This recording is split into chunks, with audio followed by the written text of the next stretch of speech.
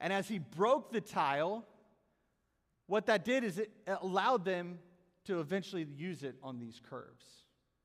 If we use that tile, that same square, rectangular tile, it would not normally fit around all these beautiful structures that he had in his mind and that were eventually going to be built.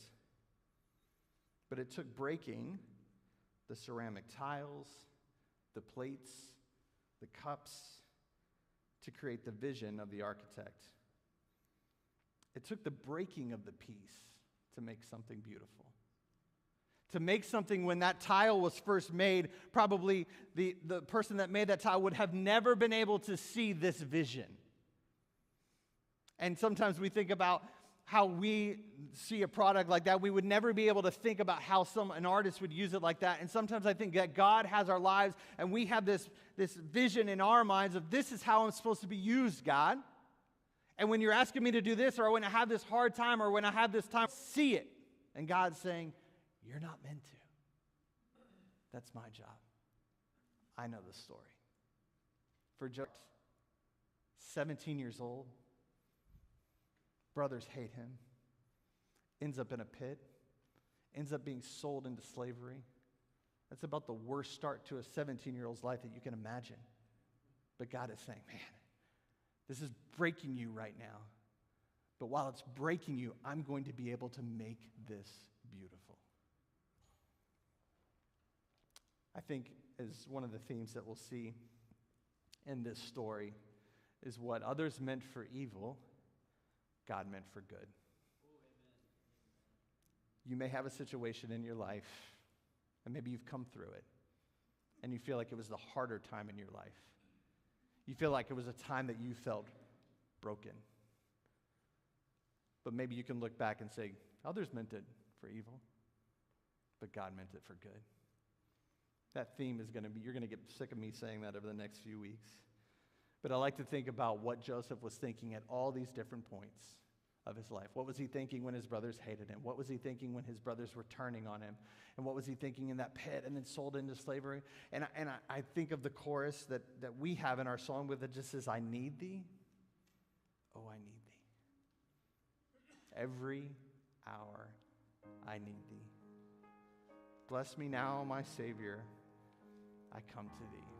Now, he wouldn't have had these exact words, obviously, but in his heart, at every point of the breaking, he had to say, God, I need you. God, be with me. And if it wasn't, we wouldn't have had 14 chapters to keep reading about. But even in the midst of his lowest moments, Joseph reached out to God and he stayed with the Lord, and the Lord stayed with him. So you may be coming out of some drama in your life. Maybe it's in your family. Maybe it's beyond. And maybe you just need to remind yourself today that, God, I need you every hour. God, I only see this part of the story, but you see the vision. We're going to sing this for a few moments, and Chris will play it for us. And the altar is always open, but you may need to bring something to the Lord this morning. Maybe it has to deal with this message. Maybe it has nothing to do with what I said, and you just need to pray. Take this time as we sing these words, I need thee.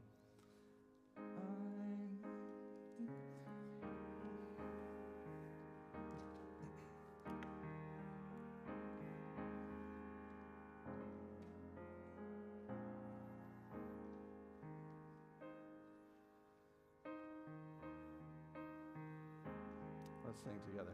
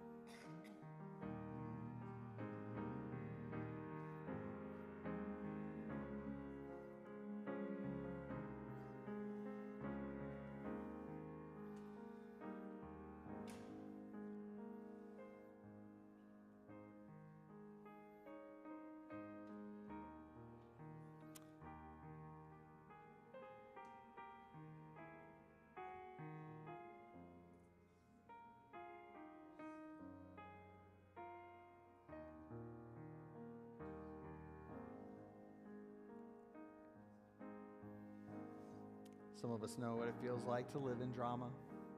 You may be in it now. You may have had it in your past. Or drama may be in our future.